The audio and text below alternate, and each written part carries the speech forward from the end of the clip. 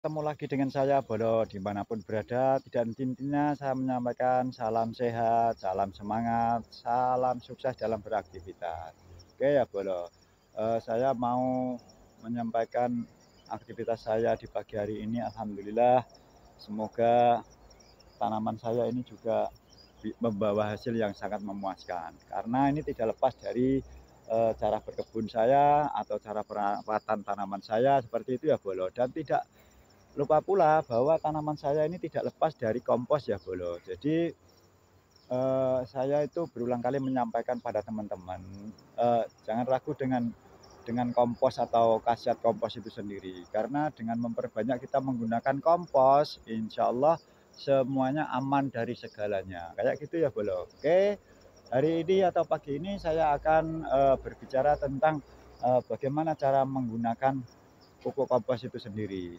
Yang pertama, sebelum saya uraikan, terlebih dulu saya akan berbicara sedikit tentang kompos. Kompos itu sendiri selain bahan bahan dasar atau bahan bakunya mudah kita dapatkan, baik itu dari ternak atau dari, ranting-ranting yang ada di sekitar lingkungan, eee, kebun kita, itu banyak bahan yang lain bisa kita gunakan untuk dijadikan kompos. Karena penggunaan kompos itu sendiri juga mudah. Yang pertama, kalau bisa kita tabur di ladang-ladang itu waktu musim kemarau. Karena apa? Dengan musim kemarau itu, kompos itu sendiri itu ya tidak berat, tidak basah. Kemudian setelah itu nanti, lahan itu bisa kita olah dengan menggunakan traktor ataupun alat-alat yang lain. Tujuannya kan untuk menutup kompos itu sendiri. Karena dengan, kompos itu tertutup atau tertanam di dalam tanah, itu secara langsung khasiat dan, manfaat dari kompos itu sendiri langsung bisa dirasakan terutama untuk tanah itu sendiri dan kedua untuk, tanaman yang nantinya akan kita tanam, kayak gitu ya Bolo. Terus yang kedua, eee, cara membuat kompos itu sendiri juga mudah, yaitu banyak ranting-ranting atau dahan-dahan di lingkungan kebun kita ini juga bisa kita gunakan. Selain itu juga kita bisa menggunakan dari kotoran-kotoran hewan atau kotoran ternak yang kita pelihara. Makanya, eee, banyak manfaatnya, sangat luar biasa kalau kita mau,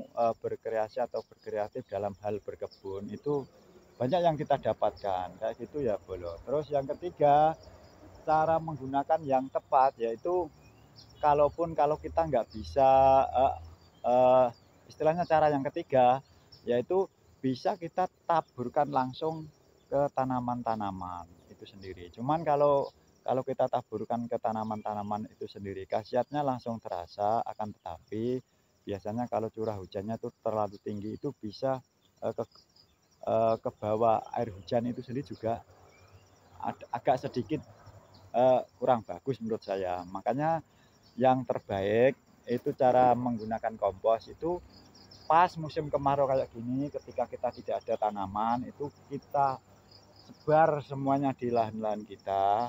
Nah, terus setelah itu alangkah baiknya ditutup atau ditraktor kayak gitu ya, atau dengan menggunakan alat-alat, eee, yang lain. Sekian, mudah-mudahan apa yang saya sampaikan bisa dipahami, bisa dimengerti, dan saya doakan semoga bolo-bolo saya di sana sukses dalam beraktivitas, kayak gitu ya. Sekian, terima kasih.